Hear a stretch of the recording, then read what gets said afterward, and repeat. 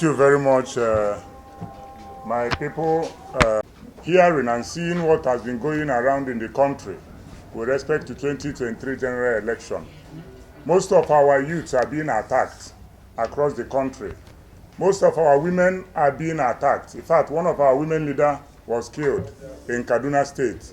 And our presidential candidate, his convoy was attacked in Katsina State. Our people, whenever they are putting their poster, our Labour Party posters, they are being attacked. So this is the reason for this press briefing by Prince Ahanotu Kennedy. That's me, the national youth leader of Labour Party. Student participation in 2023 general election, the burden of academic calendar, and managing violent crimes against Nigerian youth. It is highly worrisome, reading from a front-page caption of Daily Sun newspaper of Tuesday, 24 January 2023, which revealed that 3.5 million students wouldn't vote in the coming 2023 general election. Also recounting the numerous targeted violent attacks on our Labour Party youth leaders, women leaders, and obedience across the country, especially Lagos, Kaduna, Enugu State, respectively. It is therefore very vital for my office to have this press conference, as I have committed myself to upholding the principles of social democracy which the Labour Party is founded upon, and knowing truly that Nigerian students, youths across the country, has gone through tough and rough times over the years, given to the bad leadership, hence the need to advocate strongly for youth participation in the coming general election to enable them take part in deciding their destiny going forward. The Nigerian youths and students do not wish to peep from the window during the 2023 general elections, and of course, the rising awareness and participatory actions of young people via the obedient movement cannot be overemphasized. Today, the youth in Nigeria wants to take part in taking back their country from those who has mismanaged our resources by contributing towards the new Nigeria agenda via the ballot. And they must not be defranchised, as many believe that better Nigeria is possible with Mr. Peter Obi and Senator Dati Baba Ahmed. Given to the above narratives and the need to have a free, fair, credible, and all-inclusive election in 2023, I hereby categorically state that it will be highly unacceptable for such number of citizens to be denied the opportunity to cast their votes due to academic calendar. We call on the federal government, Academic Staff Union of Universities, ASU, Academic Staff Union of Polytechnic, ASUP, National University Commission, NUC, state government, and other private university owners to give 1 week holiday for students in higher institutions to go home and collect their PVCs, given their INEC deadline. We also call on the federal government to give automatic 1 week holiday for students to travel for the general election holding on 25th February 2023. If ASU could stay 8 months in demand of their rights, they should allow the students the space to exercise their citizenship right to vote in the coming election, which is a defining moment for Nigeria. It has become highly necessary to passionately demand from the Nigerian Police Command to arrest and bring to book those individuals who are perpetrating evil on fellow citizens alongside their sponsors. Last week, our campaign convoy was attacked in Katsina. Recently, one of our youth leaders in Lagos State was brutally attacked for pasting a campaign poster. Recall also that one of our women leaders in Kaduna State was murdered in cold blood, with the injured husband now amputated, putting the young children under an uncertain future. Hence, there is an urgent need for the police and law enforcement agents to brace up as the election approaches in protection of our innocent citizens to avoid chaos, total breakdown of law and order across the country. Finally, I urge all Nigerian youth and students to maintain peace, but not to a point of foolishness, as Nigeria belongs to all of us, and no Nigerian is more Nigerian than another. A Nigerian in Lagos is a Nigerian whether Igbo, Hausa, or Yoruba, or other tribes across the country. We must take back our country with our PVCs come 25th February 2023 No more monkey dey walk, bamboo dey chop. In conclusion, I urge all the Nigerian youth to vote competence, capacity, a character they can trust, who is passionate about their future, and someone whose political track record and antecedent reflects modern-day democratic leadership and not calistocracy.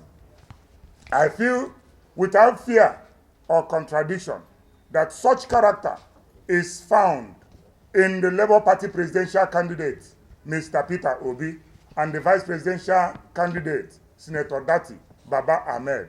Long live Nigerian students, long live Nigerian youth, both home and in the diaspora.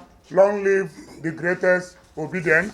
Long live the Federal Republic of Nigeria. Greatest Nigerian youth! Great! Greatest Nigerian youth! Great! Ever obedient Nigerian youth! Great! God bless you. It's unacceptable for over 3.5 million Nigerians not to vote.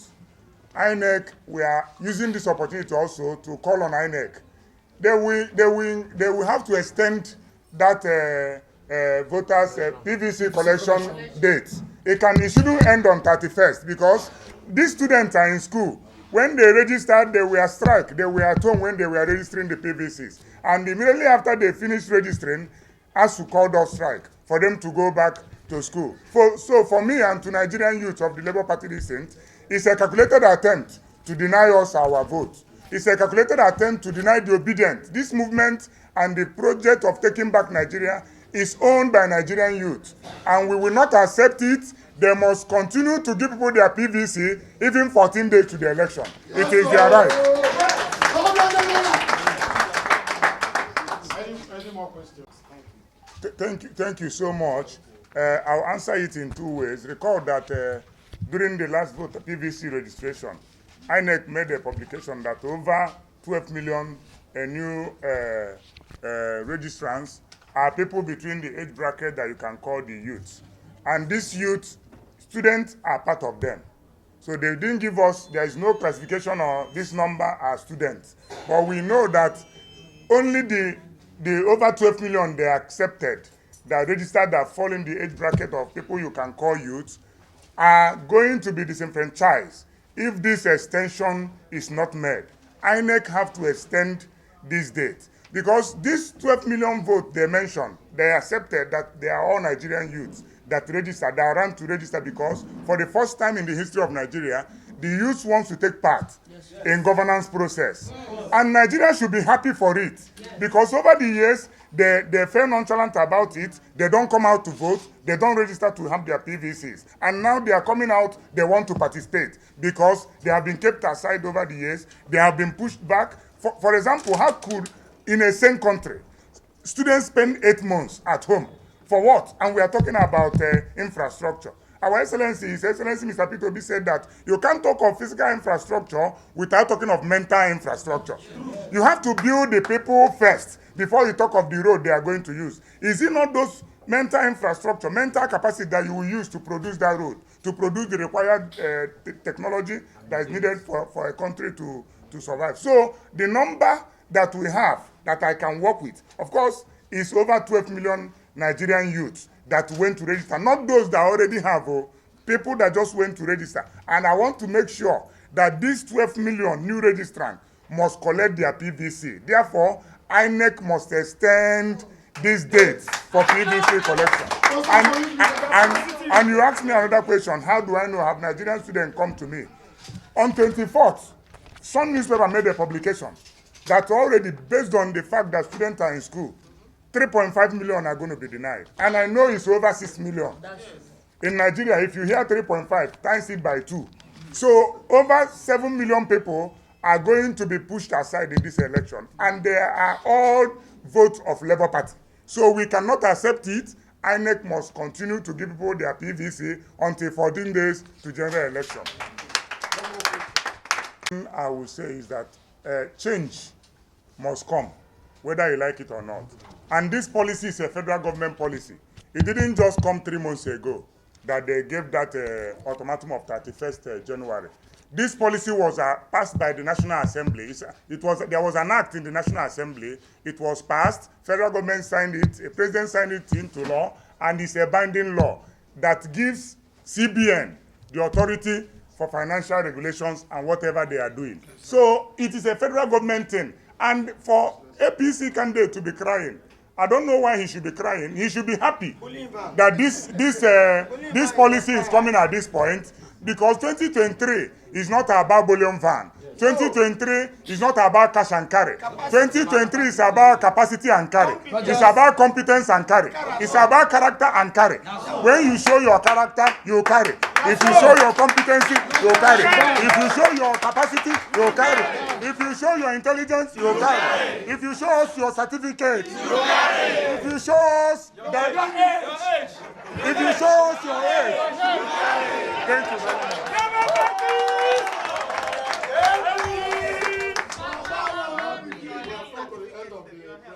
Conference.